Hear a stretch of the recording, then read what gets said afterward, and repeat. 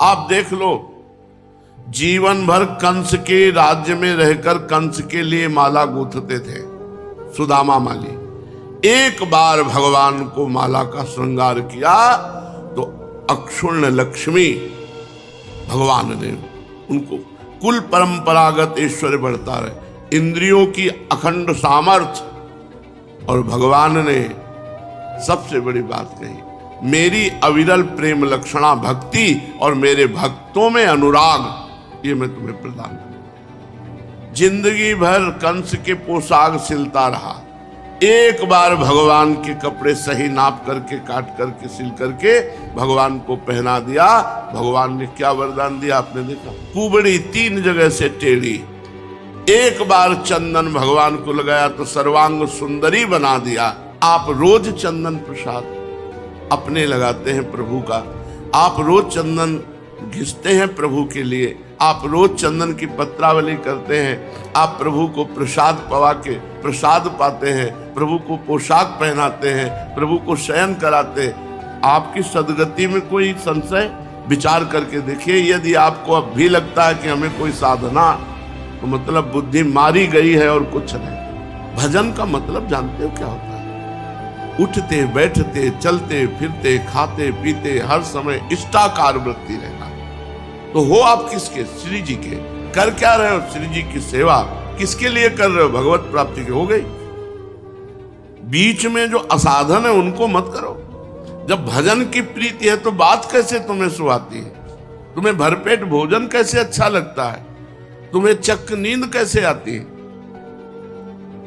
ये नहीं खान पान ते भावे है, नहीं कोमल वसन सुहावे है, सब विषय लगे ते खारा है, हरि आशिक का मग न्यारा है। सिद्धांत से चलो।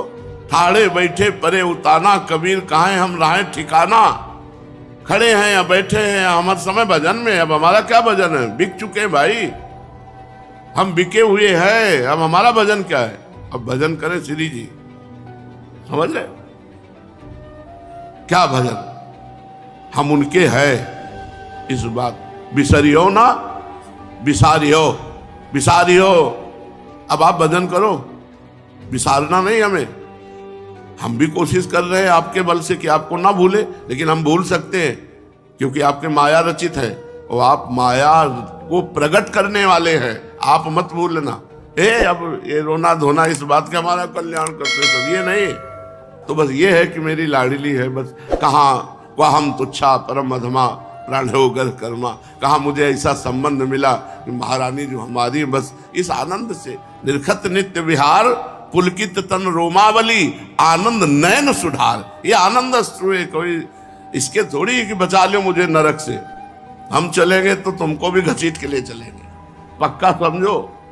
यत्र यत्र मम जन्म कर्म भीर, नारके परमे पदे थवा तो राधिका रत निकुंज मंडली, तत्र तत्र हृदय में विराजता। अब हृदय आपका घर है, जा ले चलो। अरे बड़ी मस्ती का मार्ग है, हम आपके आप हमारे। बस अब होड़ लग गई हमारी और आपकी होड़ है। आप भी ना विसारना, हम भी विसारेंगे नहीं, कोशिश करेंगे। हम कोशिश करेंगे, लेकिन आपको कोशिश तो करना नहीं। सर्वज्ञ त्रिकालज्ञ, बिल्कुल निर्भय रहो यार। अगर तुम निर्भय नहीं हो, भयभीत हो, तो उसका कारण है गलत आचरण, बकाया बात अब पक्की मान लो।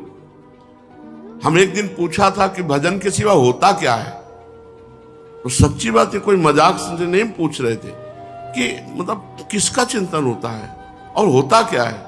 अब जब हमारे आपके सिवा कोई है नहीं तो हम किसका चिंतन करें? उठते बैठते आप ही का चिंतन है। किसी का भी चिंतन होता है तो आपका चिंतन होता है, क्योंकि आपके संबंध से चिंतन होता है। किसी का पर्सनल संबंध क्या रह गया है? अब क्या रह गया है? क्योंकि एक ही परमात्मा सर्वत्र व्याप्त दिखाई दे रहा है, उसके सिवा कोई नहीं। हम उसी से लड़ते हैं, उसी से प्यार करते हैं। जो भी हमारी चेष्टा होती केवल उसी से होती है। वो देखने को लगता है कि ये शिष्य है, ये अमुक है, ये अमुक है। नहीं, हम अपने प्रभु से ही प्यार करते हैं, अपने प्रभु से ही लड़ते हैं, अपने प्रभु को ही देखते हैं, अपने प्रभु को ही चरणों में अपना समर्पण है। क्या अब चिंता करनी? तो ये जो सेवा प्राप्त हुई है, ये बहुत दुर्लभ वस्तु है। सिद्धांत से चलोगे तो माया कभी घसीट नहीं सकती, और सिद्धांत छोड़ दोगे तो कभी परमार्थ में टिक नहीं सकते। एक लिख लो, शब्द लिख लो, सिद्धांत से चलोगे तो माया कभी घसीट नहीं सकती, और सिद्धांत का त्याग कर दोगे तो परमार्थ में कभी टिक नहीं सकते। एक हजारों बार का अनुभव है। इसलिए उपासक जिसको भगवत सेवा मिली है उसे ये ना समझो कि ये भजन नहीं है। भज धातु सेवायाम, सही माने में भजन का अर्थ है सेवा। नहीं, हनुमान जी 2 बार थोड़ी भजन की बात कहते, कह रहे हैं का हनुमंति विपत्ति प्रभु सोई, जब तो सुमिरन भजन न हो। सुमिरन नाम जप आदि को लेके, और भजन सेवा को लेके। वही विपत्ति है जब सेवा और सुमिरन छूट जाए। सेवा और सुमिरन। अच्छा, हम किनकी सेवा कर रहे हैं इतना ज्ञान नहीं है कि अपनों को? श्री जी की सेवा कर रहे हैं, बस उन्मत्त है हम दासत्व से युक्त है। ये ठसक कैसे? हम प्रभु के दास हैं, इससे बढ़ करके। अरे 7 गांठ कौपीन में इंद्र बापुरो कौन? बोले लंगोटी कैसी? बोले 7 जगह से गांठ लगी हुई फटी है।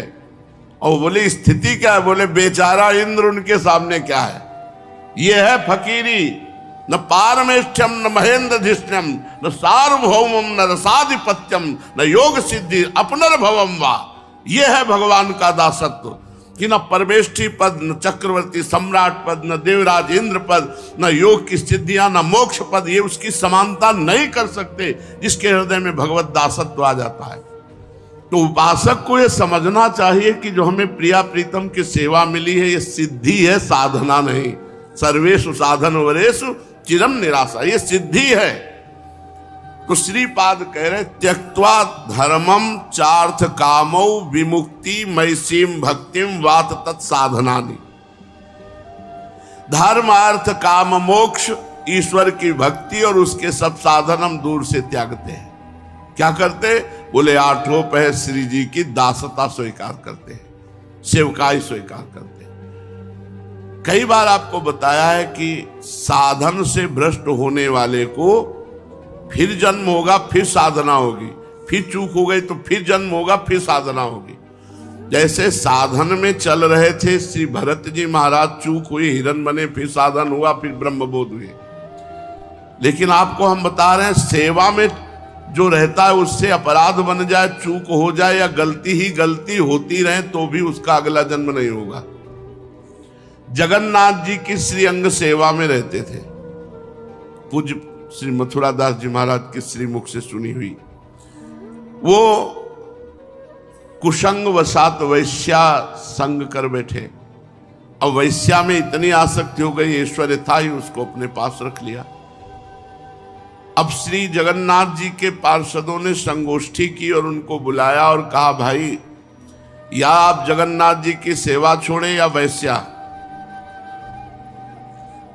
तो उनका चित्त इतना आसक्त हो चुका था वैश्या के रूप, सौंदर्य, हाव भाव ऐसे, तो उन्होंने कहा जगन्नाथ जी को छोड़ दिया। बड़ा आश्चर्य हुआ कि भगवान को छोड़ दिया। तो उनको जो उनका धन संपत्ति थी हटा दिया गया उनको। वो एक बात, खास बात, वो जगन्नाथ जी की पादुका साथ लेके गए थे। रोज सुबह उठकर पादुका माथे पे रख लेते। फिर बड़ा रोग हुआ क्योंकि अपराध बन गया, शरीर पूरा हो गया कुछ समय के बाद। तो जगन्नाथ जी ने स्वप्न में अपने प्रधान पार्षद को कहा, जैसे हमारे अंग सेवियों का अंतिम संस्कार होता वैसा उसका करो। तो उनका प्रभु स्वप्न ही में कहा कि प्रभु वो स्वप्न क्या, साक्षात जैसा ही होता है। तो बोले प्रभु उसने तो आपका त्याग कर दिया था, वैश्या को स्वीकार किया था, प्रभु आपके पार्षदों जैसा संस्कार कैसे हो सकता है? तो ध्यान देने की बात, भगवान ने कहा उनसे भूल हो सकती है, वो हमें छोड़ सकते हैं, लेकिन हम उनको नहीं छोड़ा, हम उन्हें नहीं छोड़ा। उनकी वही गति होगी जो हमारे अंग सेवी पार्षदों की होती है। अस स्वभाव कहूं सुने न देखे, ऐसा स्वभाव कोई सुना देखा नहीं गया कि अपने स्वामी का त्याग कर दिया पर स्वामी ने उनका त्याग नहीं किया। ऐसा केवल हमारे प्रभु का स्वभाव। श्रीनाथ जी महाराज की अधिकारी पद पर श्री कृष्णदास जी अधिकारी थे। किसी कारण से मनमुटाव हो गया वल्लभाचार्य जी के बड़े पुत्र श्री विट्ठलनाथ गोस्वामी से। तो एक दिन सेवा में पूज्यपाद श्री गोस्वामी विट्ठलनाथ जी महाराज पर्दा हटाए तो ठाकुर जी गरम गरम जलेबी पा रहे थे। यह भी श्री पूज्य मथुरादास जी के मुख से सुनी हुई बात। तो श्री विट्ठलनाथ गोस्वामी जी ने कहा, जय जय, बाजार की वस्तु का तो भोग नहीं लगता श्रीनाथ जी से, और अभी हमने भोग पधराया नहीं, आप ये भोग कहां से पा रहे हैं? तो उन्होंने कहा कि वो अधिकारी जी, कृष्णदास अधिकारी जी आगरे में हैं, उन्होंने एक दुकान में गरम गरम जलेबी बनते देखा, तो उनके भाव आ गया कि श्रीनाथ जी को पावे, तो वहीं से भोग लगा रहे तो हम पा रहे हैं। तो उनका तो त्याग कर दिया है। तो बोले, आप आचार्य हो, आप त्याग कर सकते हो, लेकिन मैं त्याग नहीं कर सकता। समझे? श्रीनाथ जी ने कहा, आप गुरु हो, आचार्य हो, आप त्याग करने में समर्थ हो, लेकिन मैं त्याग नहीं कर सकता। एक बार जिसको मैं स्वीकार करता हूं, वो कितना भी बड़ा अपराधी हो, मैं उसे त्याग नहीं करता। ये हमारे भगवान का स्वभाव है।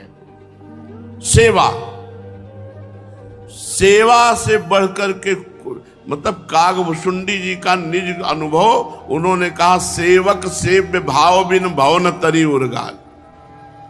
अगर आपका प्रभु के प्रति सेवक भाव नहीं बना तो बात नहीं बनेगी। बड़ा सौभाग्य, जब श्री महल की टहल का सौभाग्य रसिक महापुरुषों से मिला, तब समझ में आया कि अरे सब साधनों का फल सेवा है, श्री जी की सेवा है। तो श्री राधा कृष्णो सेवितुम केपि धन्या, बोले धन्य है जो प्रिया प्रीतम की सेवा। त्रिपुरदास जी, हर वर्ष त्रिपुरदास जी ठाकुर जी को बहुत सुंदर वस्त्र रत्न जटित पहुंचाते थे और संत सेवा करते थे। तो उस समय अन्य धर्मावलंबी बादशाह था, उस काजी जन चिढ़ करके बोले कि ये आपकी खजाने से जरूर बेईमानी करते हैं, क्योंकि इतना वैभव संतों को रोज पवाना, भेंट देना और सब, तो भगवान की लीला ही समझो। बादशाह की बुद्धि पलट गई और उन्होंने आदेश कर दिया कि पूरा जब्त कर लिया जाए सब संपत्ति। अब पूरी फौज आई, एक एक बर्तन तक उठा ले गए, कुछ नहीं रखा घर में, सब खत्म, सब खत्म। अब जो राजकीय विभाग में था वो जब्त, जो घर में था वो जब्त, जो जमीन थी सब जब्त कर लिया गया। अब राजा आदेश, एक बर्तन तक नहीं रखा। सोचो कितना कष्ट हुआ होगा। रोज संत सेवा करते थे, भगवंत सेवा करते थे, वैभव था, सब जब्त, सब दिन होत न एक समान। इसीलिए सुख में फूलो मत और दुख में भूलो मत, तो दुख तुम्हारे ऊपर हावी नहीं होगा। जैसे तैसे कर। जब सर्दी का समय आया तब याद आया कि श्रीनाथ जी को तो दगला भेजते थे, पोशाक भेजते थे, अब क्या करें। बहुत पीड़ा मन में हुई, बहुत पीड़ा। और गोस्वामी जी के पार्षद जन आया करते थे लेने, तो और एक दो जगह जो सेवाएं थी, जब लेने आए उनको पता चला, तो वो त्रिपुरदास जी के यहाँ इसलिए नहीं गए कि उनको संकोच होगा, पता है कि कुछ है नहीं उनके पास, राज आज्ञा से सब जब्त कर लिया गया है।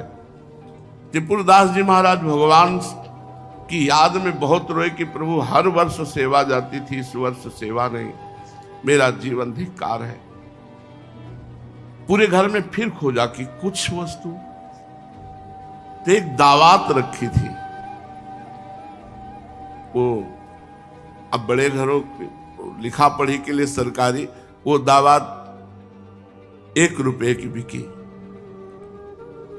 उस समय 1 रुपए का एक थान खरीद कर लाए, मार्किन का, मोटी मार्किन, और लाल रंग से रंगा, मानो रो रो कर प्रभु से ही कह रहे हो कि प्रभु बस हृदय का अनुराग ही आपको भेज रहा हूं, और तो हमारे पास क्या है। और बहुत संकुचित हो करके जो गोसाई जी के पार्षद आए हुए थे, उनसे उनके पास जाके कहा कि अब सामर्थ्य तो कुछ रह नहीं गई, और ये वस्त्र श्रीनाथ जी के लायक नहीं, पर भेजता हूं, इसलिए कैसी व्यवस्था जैसी बनी। अब आप उचित समझें तो इसको ले जाए, कम से कम पोशाक के नीचे बिछा देना और इसके ऊपर पोशाक रख देना। तो उनके आंसू चल रहे थे बड़ी दैन्यता से। तो गोसाई जी के पास आने का अवश्य अवश्य इतनी सेवा में तो आ ही जाएगा, क्योंकि श्रीअंग लायक तो बिल्कुल नहीं है और ऐसे पहनाया भी नहीं जा सकता कि ठाकुर जी को मार्किन पहना दी जाए। और वैभव की कोई कमी थोड़ी ठाकुर जी के, पर ये पोशाक के नीचे बिछाने के काम में आ जाए। बिछा के इसके ऊपर पोशाक रख दे, बोले इतना ही सौभाग्य का। वो ले गए। श्री श्रीनाथ जी महाराज सर्वांतर्यामी प्रभु कांपने लगे। तो श्री विठलनाथ जी गोस्वामी ने जय जय सर्दी लग रही, बोले बहुत जोर की। बड़ी बड़ी गर्म पोशाक निकाली, पहनाया, फिर भी कांप रहे। रजाइयां ओढ़ाई, बहुत सुंदर रजाई होती है। कभी आई थी श्रीनाथ जी की प्रसादी रजाई, बड़ी कृपा है महारानी जी की। भारत के माने हुए जितने भी भगवत धाम हैं, भगवत स्वरूप है, सबकी प्रसादी कृपया वृंदावनेश्वरी यहाँ भेजती रहती है। कैसे अब बताएं आपको, विश्व के जितने भी माने हुए भगवत स्थान है, ऐसा कोई स्थान नहीं जहाँ की प्रसादी लाए। बद्री नारायण, केदारनाथ और वैष्णो देवी, विंध्येश्वरी और अपने 12 ज्योतिर्लिंग, सब जगह का प्रसाद, सब जगह के भगवत, मीरा जी के सब जगह का भगवत प्रसाद। तो अभी कुछ ही समय पहले श्रीनाथ जी की रजाई आई थी, अहो भाग्य। श्रीनाथ जी को रजाई उड़ाई, श्रीनाथ जी फीकर बहुत सर। उनका जय जय अब तो समझ में नहीं आ रहा, अब समझ में नहीं आ रहा, क्योंकि इतनी गरम गरम पोशाक और रजाई आपने कभी ऐसा नहीं किया। बोले मुझे बहुत सर्दी लग रही है, बहुत सर्दी लग रही। तो उनका किसी भक्त का कोई वस्त्र ऐसा तो नहीं जो प्रयोग में न लाया गया हो और ये लीला कर रहे हो। रजिस्टर लाओ, जो रजिस्टर सेवा कर। बोले त्रिपुरदास, और रजिस्टर में नहीं चढ़ाया गया था क्योंकि पहनाना नहीं है। तो बोले त्रिपुरदास जी का। तो सेवक ने कहा जय जय, आप तो जानते हैं राज आज्ञा से सब उनका जब्त हो गया। तो उन्होंने एक मार्किन भेजी है लाल रंग से रंग करके, और वो अरे बोले जल्दी पोशाक सिलो उसकी, इसीलिए इनको सर्दी। और मार्किन की पोशाक, बोले हाँ। बोले जय जय आपके लिए अच्छी अच्छी गर्म पोशाक रजाई से सर्दी ले गए, जब मार्किन धारण की बहुत सस्ती आती है। तो हमारे प्रभु का स्वभाव ऐसा है। सेवा हमारी महारानी जी कहती है, राई के सम भजन को मानत मेरु सम। भजन का तात्पर्य माला चलाना से नहीं है, भजन का तात्पर्य सेवा से है। एक राई भर सेवा, राई बहुत छोटा, श्री जी मानती सुमेरु के समान, अरे ये बहुत हमारी सेवा कर दी। इसलिए अहो भाग्य जिनको श्री लाडली लाल की सेवा मिली है। श्रीपाद करें धर्म अर्थ काम मोक्ष, ईश्वर की भक्ति, भगवत प्राप्ति की साधनाएं, इन सबको हम नमस्कार करते हैं। बस केवल एकमात्र श्री राधा कृष्ण की सेवा, वृंदावन की रज रसिकों का संग।